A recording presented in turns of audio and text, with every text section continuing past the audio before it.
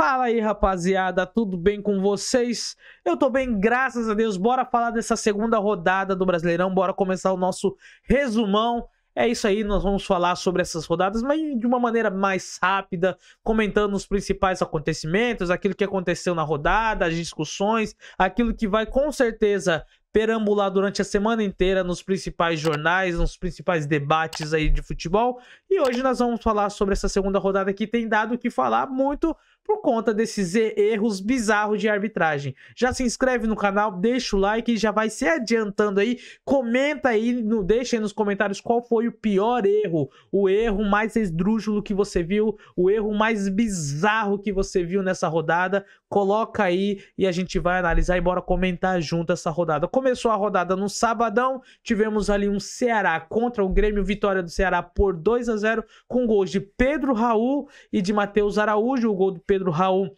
ele faz ali logo no início da partida, um pouquinho no início, e foi guiando ali, o Ceará foi conseguindo controlar as ações ofensivas, foi muito bem na defesa, o Ceará que tem vindo muito bem, né? O campeão ali do Campeonato Cearense tem conseguido a primeira vitória. Agora, Pedro Raul está muito bem, cara. É aquilo que eu falo. Às vezes uma mudança de local, de ambiente faz total diferença na vida do cara. E é aquele negócio que a gente chama, né? A confiança. Quando o jogador está confiante, tudo parece que funciona, tudo flui naturalmente, e quando não está com aquela confiança lá em cima, é tudo mais difícil, e a gente percebe isso até no jeito de correr. O Pedro Raul tá mais confiante, sabe, a autoestima dele tá mais elevada, o jeito de movimentação em campo, você percebe isso daí, então méritos a ele, né, por ter dado essa volta por cima. É muito bom, muito interessante, muito bonito quando a gente vê assim vencendo. E depois o Matheus Araújo foi no finalzinho e fez ali, depois que o Volpi foi para a área para tentar salvar. É aquilo que eu falo, né? Tem sido bem notório que cada time tem levado cada jogo como se fosse um único, a uma final ali. Tem jogado como se fosse uma final, e um belo exemplo disso é o Volpi na segunda rodada do Brasileirão ir para a defesa lá, ir para o ataque, né, no escanteio, para tentar fazer um gol do empate, porque um ponto fora de casa é importantíssimo. A gente sabe que todo ponto que você desperdiça ou que você não consegue ganhar no final das contas ali vai ser muito diferente, baseado num campeonato que é muito equilibrado. Então é tratado sempre como uma final, e infelizmente ali o Volpi nessa daí não conseguiu retornar a tempo do gol ali para defender. O Matheus Araújo saiu nessa arrancada, chegou um pouquinho mais próximo do gol e de longe de fora da área ele finaliza e faz ali um 2-0. Depois nós tivemos o Botafogo enfrentando o Juventude lá no Newton Santos, o Botafogo, que atual campeão, que ele fez um bom primeiro jogo lá contra o Palmeiras, lá no Allianz Parque. Foi um jogo legal. Ele teve o azar ali do Everton estar num dia inspirado, fazer boas defesas, mas criou mais, jogou mais, dominou. Já está acostumado a jogar contra esse Palmeiras, acostumou no decorrer das muitas disputas, né, de 2023, 2024, e agora vai também, pode ser mais um cenário, mais um duelo que eles podem se travar mais futuramente, mas eles conseguiram dominar, jogaram bem, e por detalhes o gol não saiu, e dessa vez dominou o Juventude sem problema, sem nenhum perigo. Já tem o Igor Jesus fazendo um gol, e depois tem o Matheus Ponte faz o gol de 2-0, que dá tranquilidade já, mas o Botafogo estava controlando muito bem o jogo, as ações ofensivas. E aí a gente vai para o jogo polêmico de sábado, que é Corinthians 3, Vasco 0. A arbitragem do senhor Daronco, e o Daronco salvou o Vasco. Essa é a verdade. Comenta aí se você acha que o Daronco salvou o Vasco ou não, porque na minha opinião o Daronco salvou o Vasco, porque o Corinthians faz 3-0, o Corinthians mata o jogo logo no primeiro tempo, antes dos 30 minutos do primeiro tempo, o Corinthians domina de fato o Vasco, que chega perdido na Neoquímica Arena. Um Vasco totalmente desorganizado, e o Carille diz que o Vasco não precisa de reforços, tá bom? Então você, torcedor vascaíno, fala aí. O Carille tá sendo muito bem? Cara, o Carille tá sendo processado aqui no Japão, se você não sabe. Aqui o Varen Nagasaki, que é o time que ele estava antes dele ir para o Santos, estava processando por negligência, por questões contratuais que ele quebrou, e ele não tem arcado com essas questões.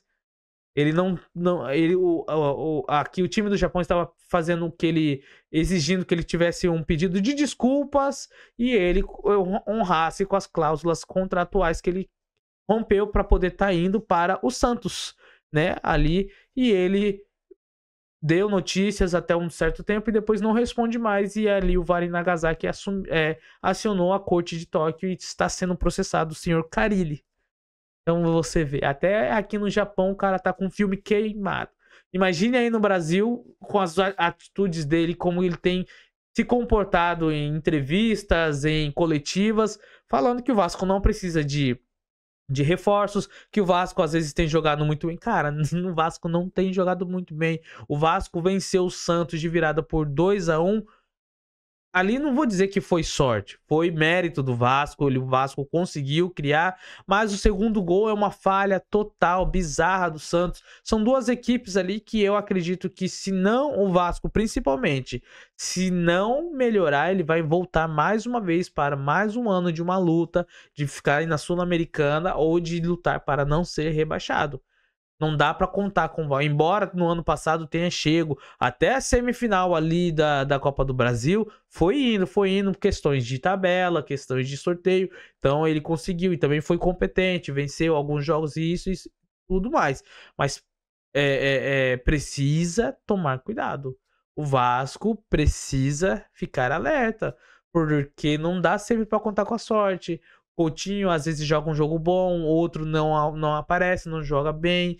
O Vasco tem uma defesa muito fraca. O Vasco tem um meio de campo muito fraco. O meio de campo defensivo do Vasco precisa melhorar. E o Carille, que era reconhecido pela retranca por defender, fazer um gol, não tem conseguido impor a metodologia.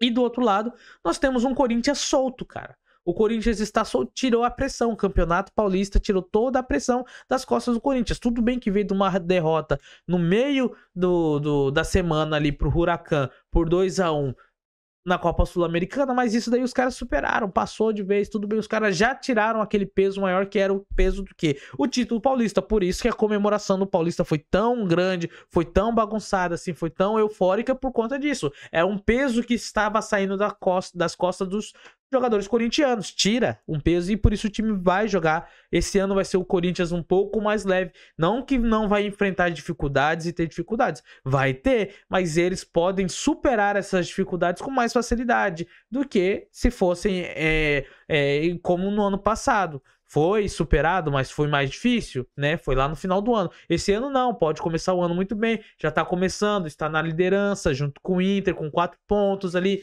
Empatou o primeiro jogo e agora no segundo jogo jogou bem, dominou o adversário. Fez 3-0, mas era para ter sido muito mais se não fosse a incompetência do árbitro, né? Em questão de impedimento. O Memphis super à vontade hoje, jogou muito bem, poderia ter feito mais 2 gols, mais um gol e uma assistência, isso daí foi anulado dele. O Vasco se salvou e o Daronco salvou o Vasco. Então essa já é a primeira questão da nossa ali interpretação de que vê que o Daronco e os outros e a arbitragem já começou a falhar daí. Agora no domingo foi caos total.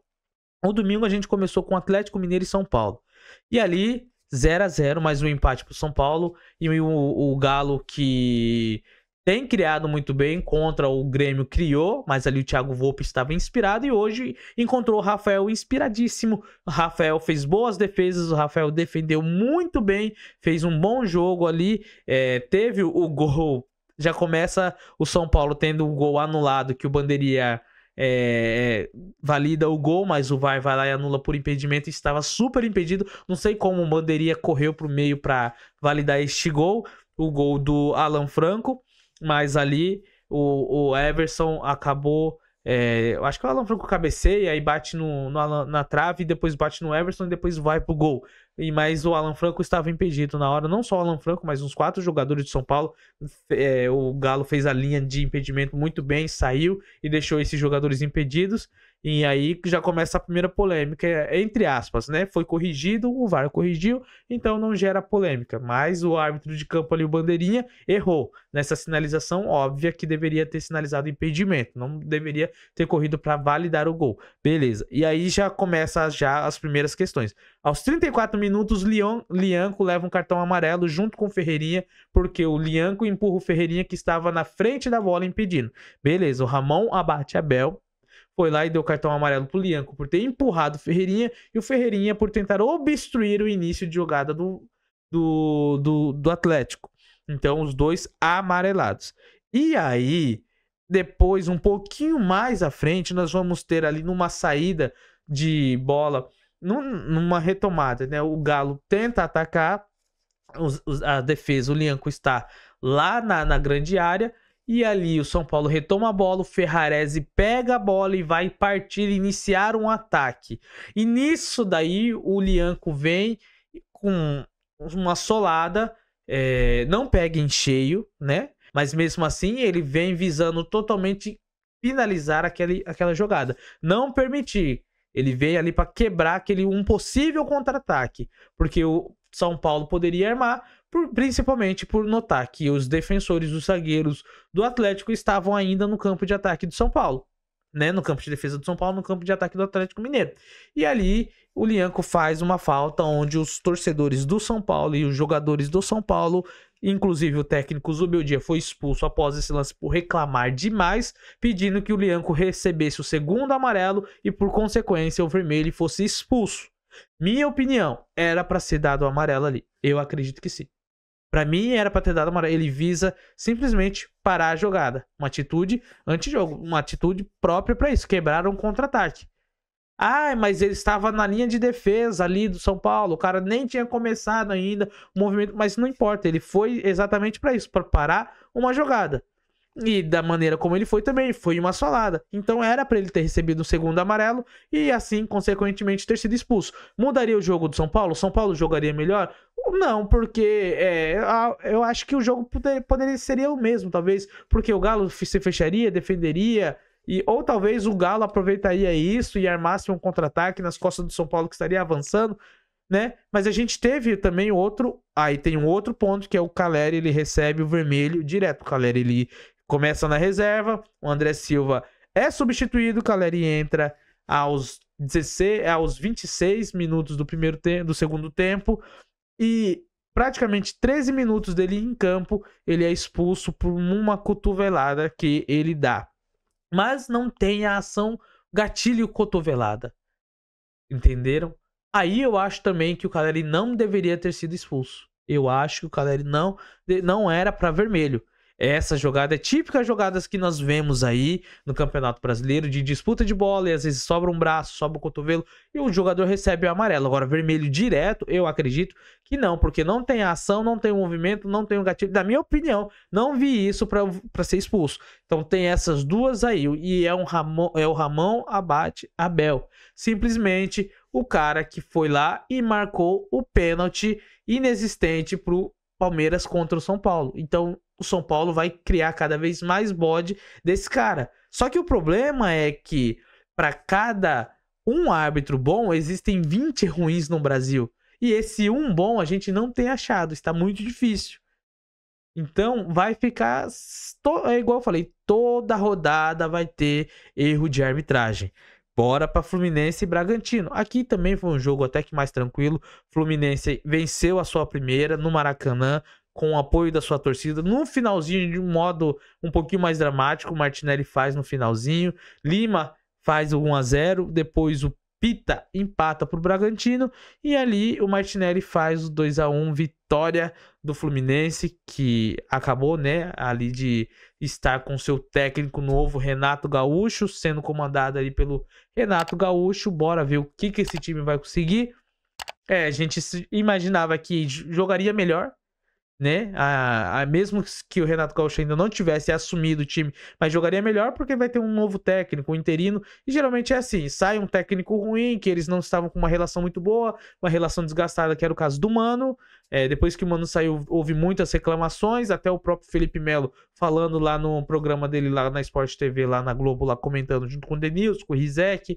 Ele deu algumas declarações falando que recebeu de algumas pessoas lá de dentro que ninguém gostava dele, que estava um clima insustentável nos bastidores, nos corredores ali, que todo mundo deu graças a Deus que o Mano foi demitido, que o Mano está fora, então o clima automaticamente ficou mais leve e assim começa a fluir mais o jogo. Então, Fluminense venceu por 2-1 o Bragantino, que eu acho que o Bragantino vai mais uma vez lutar até a última rodada para não cair, porque não está bem, no Campeonato Paulista não conseguiu ir muito bem, já vem de uma sequência ruim, foi eliminado já da Copa do Brasil, e aí, cara, tem, por mais que seja uma organização da Red Bull ali, grandes investimentos, mas o investimento maior nunca é para trazer reforço para exatamente reforçar o time e o time ficar mais forte. Mas se eles compram jogadores mais novos, a gente sabe que é o clube empresa.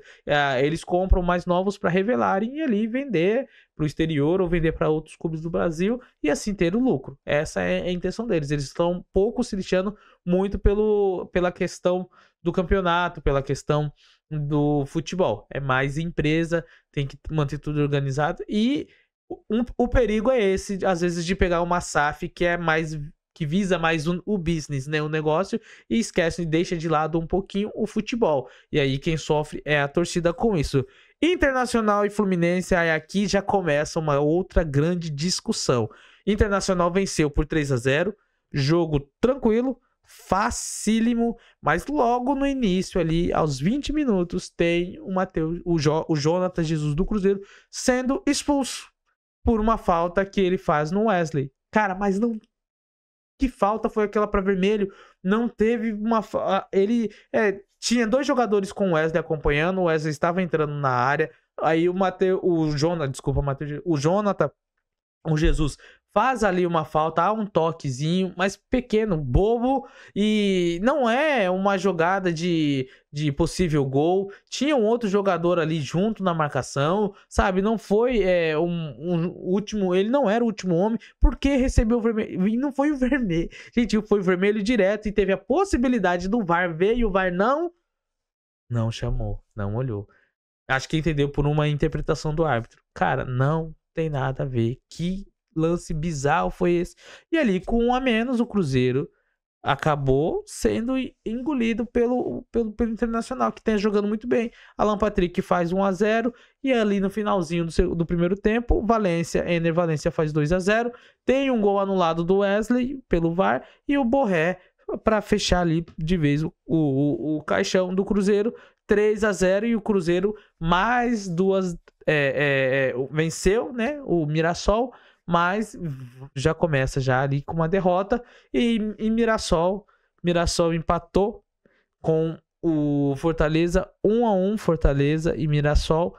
Esse jogo aqui eu não consegui ver, então nem vi muitas coisas, notícias sobre isso, mas não teve uma grande repercussão, tá bom? Então não vou me adentrar. Agora um dos jogos mais polêmicos, Sport lá na Ilha do Retiro contra Palmeiras. Palmeiras vence por 2-1 e mais uma vez o Palmeiras vence com 2 pênaltis.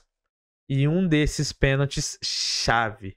O primeiro pênalti, eu sinceramente, olhando assim o lance, eu não achei muito pênalti. Mas dá pra dar o pênalti. Beleza. Mas eu daria? Não daria. Mas aí é uma questão de interpretação. A gente deixa mais ok, sabe? Dá pro árbitro, interpretou como uma ação faltosa. Beleza, então foi lá e o Flaco Lopes faz o gol de pênalti.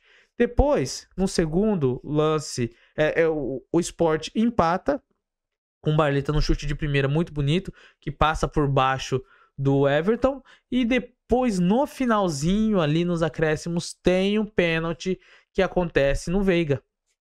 O Veiga ele vai fazer ali a incursão para a grande área e ele entra, ele vai tentar fazer ali a infiltração e ele vai tentar driblar. Ele erra um pouco do drible, ele adianta um pouquinho a bola, assim, sabe? Perde um pouquinho o domínio, o controle dela e ali o zagueiro toca primeiro na bola, tira a bola dá uma espanada, vai pro lado, e por consequência do movimento, o pé do Veiga bate no pé dele, e ali o árbitro vai e me dá pênalti.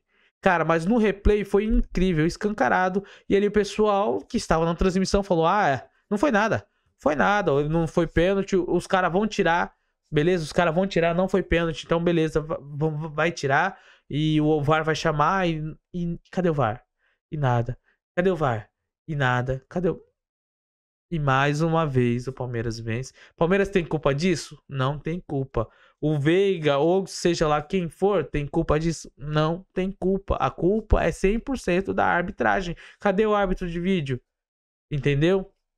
Então, fica aí mais esse questionamento. Fica mais essas... Fala aí, comenta aí, você, torcedor do esporte. O que você... Sabe, qual a sensação? É uma sensação tão ruim de impunidade, sabe, que você vê?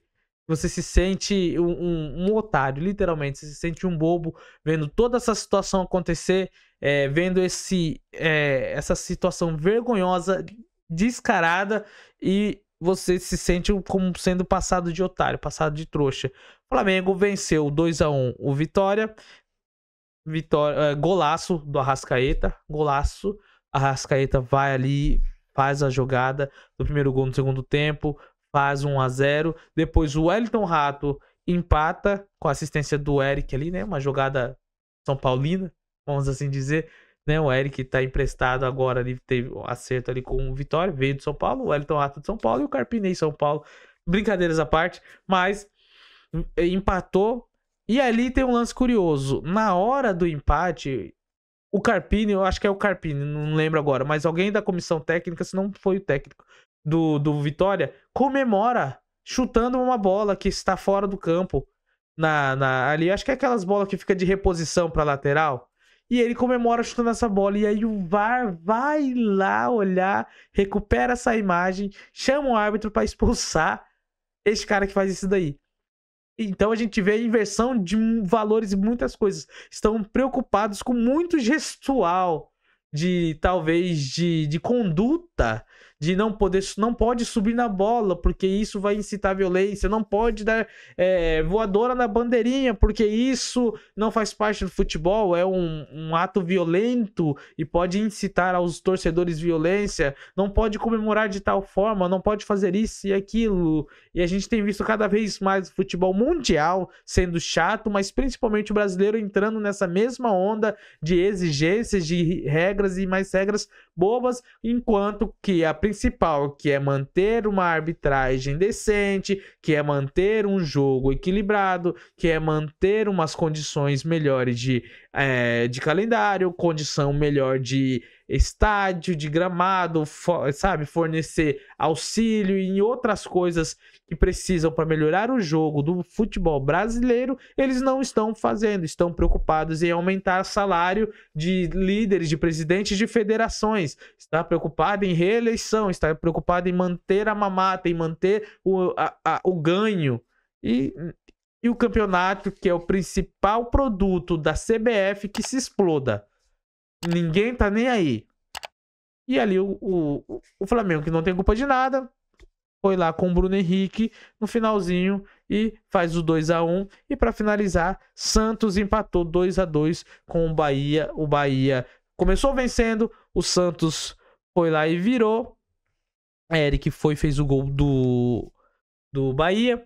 E ali Tassiano, ex-Bahia, lei do ex, vai lá e empata. E o Pituca virou para 2-1. E no finalzinho, o Luciano foi e empatou 2-2. E assim ficou essa rodada. Bora falar da tabela? Como que tá a tabela? A tabela tá Corinthians, Internacional, Ceará, Fortaleza, Botafogo, Flamengo e o Palmeiras nessa mesma sequência, com 4 pontos.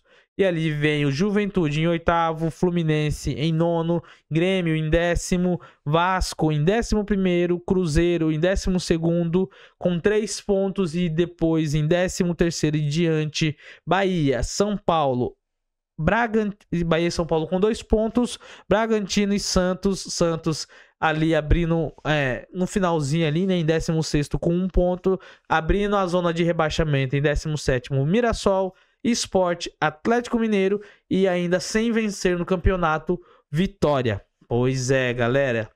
Como que vocês acham que está esse início de Campeonato Brasileiro? Uma coisa eu tenho que falar. Não dá mais, não é inadmissível nós termos um campeonato, um produto tão grandioso, um produto tão sério, um produto que tem tudo para ser um dos melhores, tem competitividade, não tem sempre favorito, sempre tem muita disputa pelo título, embora às vezes tenha uma ou duas equipes que acabam arrancando, mas é um dos campeonatos mais difíceis que todo ano entra o campeonato, começa o Campeonato Brasileiro, são 5 ou 6 favoritos, 4 favoritos, então é muito difícil você ver um campeonato tão equilibrado como este, e às vezes podem surgir algumas zebras, podem surgir alguns times que venham aí superar as expectativas e como o Fortaleza acabar ficando no G4, terminando no G3, terminando em segundo e até vezes beliscando a liderança por algumas rodadas. É inadmissível ter a arbitragem, o nível de arbitragem que tem. É inadmissível para o campeonato brasileiro do pentacampeão, ainda mais por mais que isso não tenha mais nenhuma importância, por mais que isso daí não seja mais nada relevante,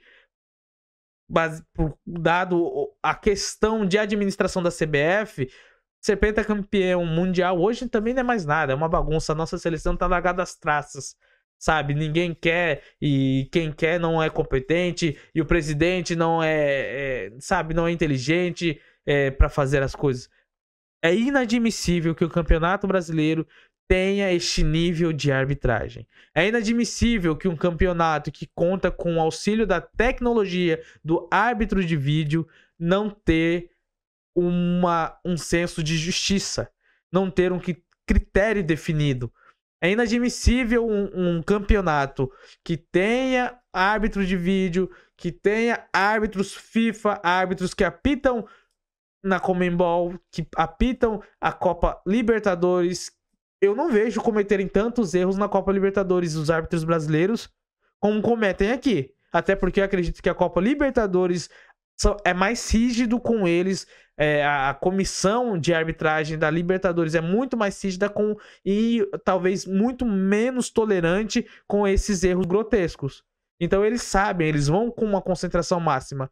E por saber que aqui no Brasil o máximo que vai acontecer é a CBF lançar uma nota reconhecendo que errou umas 2 semanas depois e depois não fazendo mais nada para melhorar, mas muito pelo contrário, traz o árbitro, pega ele, coloca na geladeira e depois 2 meses, 3 meses depois esse mesmo árbitro que cometeu tal erro, ficou na geladeira. Qual é a geladeira? Não apitou mais, ou então apitou jogos da Série B, da Série C, acaba voltando para apitar jogos da Série A e não teve uma reciclagem. Às vezes se tem reciclagem, eles falam que foi reciclagem, não foi reciclagem coisa alguma. Olha, eu tenho um aviso para falar para vocês. Vocês, times do Nordeste, Ceará, Sport, Fortaleza, Vitória e Bahia. Bahia talvez nem tanto por conta do destaque que o Bahia tá ganhando hoje. Mas vocês 4 e trazendo aqui Mirassol, Juventude, se preparem, que vocês serão os mais prejudicados por essa arbitragem.